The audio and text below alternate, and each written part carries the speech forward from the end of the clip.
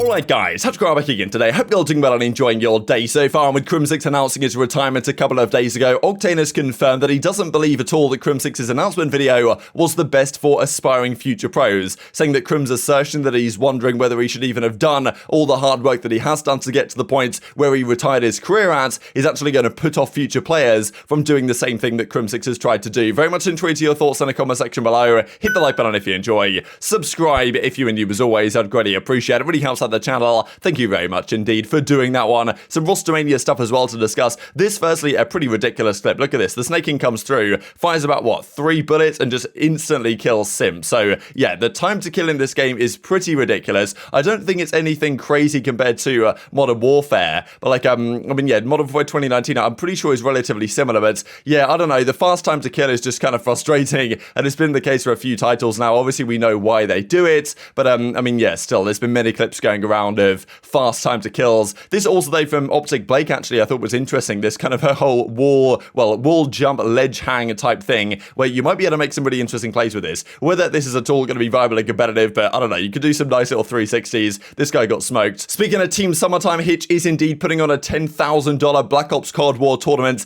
16 teams. This Wednesday it's going on. So I guess he has the appetite to like go ahead and do this, and there is the interest from pros and whoever's going to play this one. I'm pretty sure aBeZy is a captain for this tourney, so that's going to be a good time. Hopefully Crimsix gets involved in the like as well. But yeah, this is coming up in a few days time. Excellent news. Looking forward to seeing how the guys get on in that one. Now let's talk some Rostermania stuff. Firstly, this from Morks. I believe it's since deleted, but yeah, definitely an interesting tweet to say the very least. So Morks, of course, player for, well, you guys might know him from Gen G back in the Black Ops 4 days, then into the franchise era he was on, of course. The Florida Mutineers right to the start where they had decent results. But yeah, as he says, I've always tried to be humble, but I gotta say some of these egos and challenges is just mind-blowing. Like, wow, you guys have literally done nothing. I took a year off COD to play Halo. I didn't forget how to rotate and shoot my gun with dynamic aim assist. So we'll see you in a second that some of the challenger teams for next year are already being formed. Morks, of course, took a year off to try and go into Halo, and now he's coming back to COD. He's not exactly forgotten how to play, but it's a similar thing, really. Like, Morks obviously gave it a go to Halo and try and make that work. Couldn't really make it happen, and now he's coming back to COD. But that, I suppose you could argue that's part of the risk you take, right? If you are a guy like Scraps or Waskin, you take a year or two off to go and play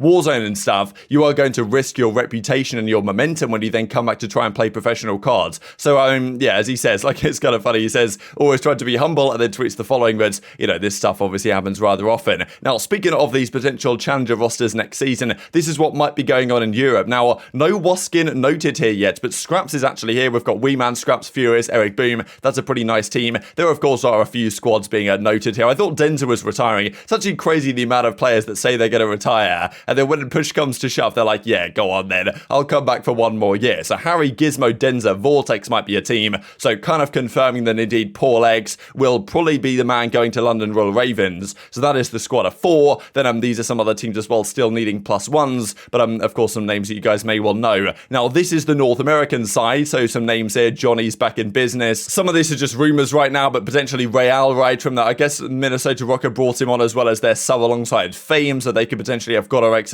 and Panda there. We believe Shawnee, Volans, Center, and Beans might be the team on the Boston Academy, effectively. Mohawk, Blaz, Saint, and Decimate was already confirmed, I believe. This team is kind of interesting. Ghosty, Pristini, Pentagram, and maybe either Classic or Gunners. That's an interesting one to stay note of, and nothing else we really know. But seemingly Morks has now got a team together with Chino and Noisy. So maybe that tweet we saw was quite a while ago, or this has happened, you know, since then. Who really knows? But still, I think the point stands to some degree regardless. Now, speaking of Vegas real quick, because TJ Temp +2, who knows what's happening here, but he's been uploading some content lately, Temp with TJ, let's just say, so that does seem to be the team. Now, whether Clay joins, whether Capsule or Venom or anyone else joins in that secondary role, or even Prolute was an option as well, there might be an interesting one. I guess it will have to stay tuned for that, but Vegas usually going to be the last to confirm things. That would really be no surprise. Let's talk this Crimsix stuff then, of course, because Crimsix announced his retirement in a really emotional video a few days ago. I'm sure some of you guys have watched it already, and we've talked about it a couple of times already, but Octane gave an interesting response here. Actually, there's been quite a lot of responses from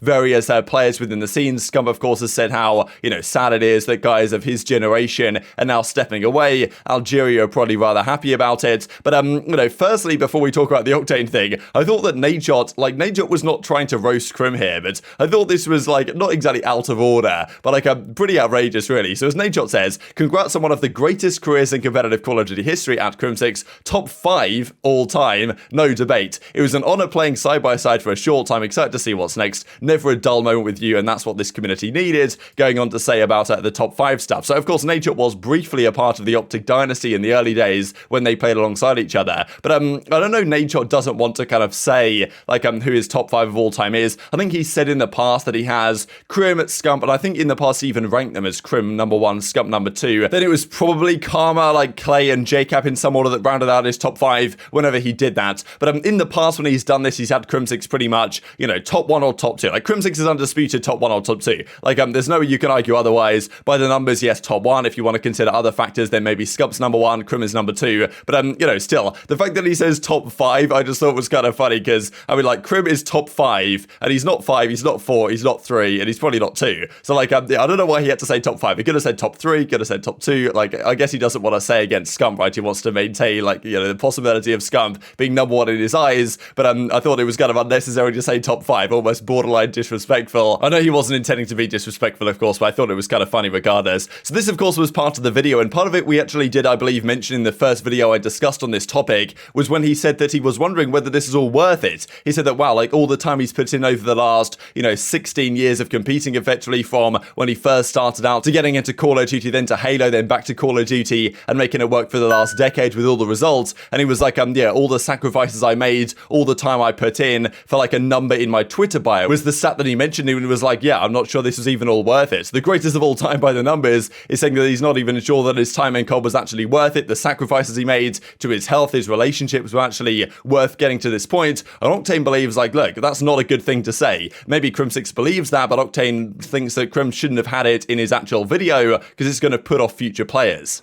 You know, I've been dedicating so much time to that, you know, your significant other, you know, your responsibilities at home and all that stuff gets neglected. And I'm just sitting here, right, after 16 years, I'm just sitting here like, I did all that for a number to put in my bio on an internet page. And yeah, while like deep down, like I hope I'll always know that I was the best Call of Duty player that's ever lived, that's ever competed.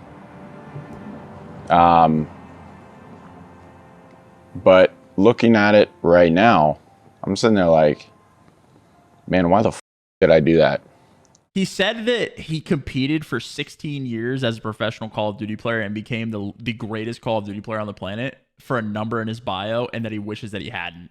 Like, that's what you view your entire 40 wins in Call of Duty as? Like, that's kind of... He's like, yeah, I competed for all this time. I put all this time and effort to become it. By the way, greatest, literally the greatest of all time. And he's like, I wish I hadn't. Well, all right. That's great. That's great. That's awesome. It, like, again, like, if that's just how he feels, that's just how he feels. But me as a competitor, like, doing what he's doing, or if someone that's like new and wants to become a competitive Call of Duty player sees his video, because again, everyone's going to see it. It's Crim. And they see like the greatest of all time saying that it wasn't worth the amount of effort that he put in to become the greatest. That's like, I don't know. That's like off-putting for me. I don't know.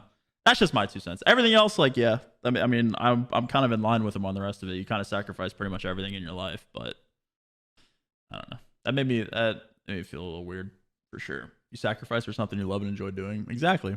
And for him to like just pretty much shit on it, I don't know. Both. Myself. Hedge would be silly not to offer him a content contract. I think he will. I think it makes the most sense, like, rebuild their relationship. I think having Crim on OpTic as a content creator would just like automatically be good for like the culture.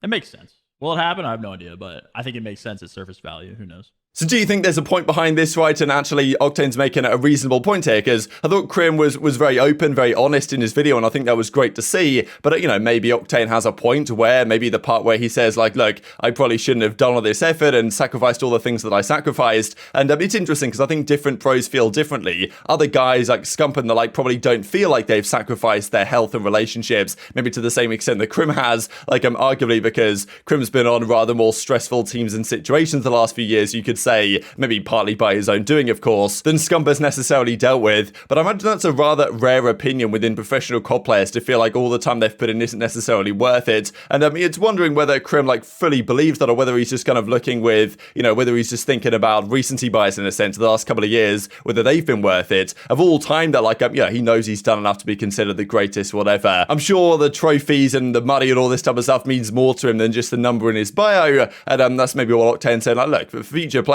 trying to aspire and watching Crim's video to think, okay, wow, this guy was the greatest, like, he's got the biggest numbers, he's the guy that I want to try and be in the future if I make it into the league, all this type of stuff. Not exactly the most aspirational content, you could argue, when Crim's like, yeah, don't even try, it's not even worth it, even if you are the best, and get all the numbers and get all the money and all this type of stuff, because it's going to cost you too much outside of the game. So thought an interesting statement, really. The other thing that I probably shared there was the Octane opinion on Crimsix joining OpTic for content. Now, I'm not sure this is going to happen, because we did talk about earlier today that the Hex Rambo eavesdrop episodes, at the start of that video, there was a bit of drama going on really between Hex and Crimsix, because they obviously wanted to do kind of the Dynasty podcast, but Crim doesn't want it to be hosted by OpTic and Hex. I don't know why I've still got Crim over in here. I'll switch on to another video. But Crim, I believe, kind of wants to do it by himself in a way, or like he wants to do it on his own, or like with the guys without maybe Hex or OpTic's involvement. I'm not really sure. And like he's actually been relatively clear that he's looking forward to not working for another organization, not being part of another org. And he's also said that he would never go back to OpTic because he doesn't really want to do that again or whatever like that. He just actually plugged this pizza.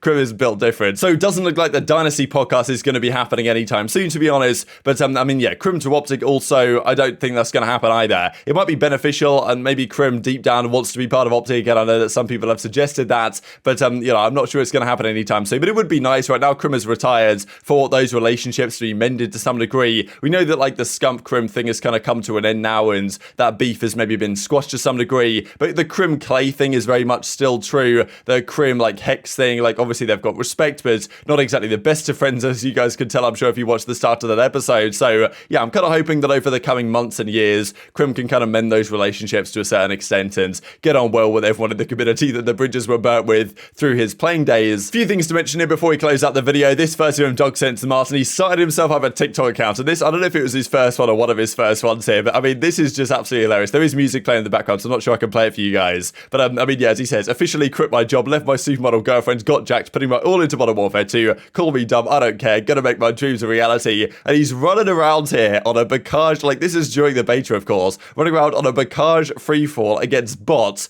killing bots and just screaming out callouts. This guy's saying dead, like, you know, I got this guy, got the rotations, I don't exactly know what he's saying. He's absolutely built different, this guy, honestly. I do hope it works out for Doug, but like, man, this guy honestly is just different. Now, just to mention this, because I'm sure by this time the winner of the greatest champs winner of all time competition has now been confirmed between, of course, OpTic and Complexity. OpTic, of course, were always going to win this, but I will say that in my opinion, Complexity were definitely the most dominant team when they won their event. OpTic did lose a series at their event. They lost to Envy in the winners finals, won 2 incredibly good back-to-back series in the grand finals to win the tournament, but Complexity dominated from start to finish. They lost, I believe, 3 maps all tournaments. They dominated the group stages, dominated the entire bracket. No one ever thought another team was going to win. Prime Complexity were, I think, the scariest team in COD history. No one could even match them, really. And like OpTic's dominance lasted longer during the kind of jetpack era, really. But like Complexity's peak was, I think, well, the World Championship was a great example of that, was probably the highest that any team has reached, at least compared to their competition. So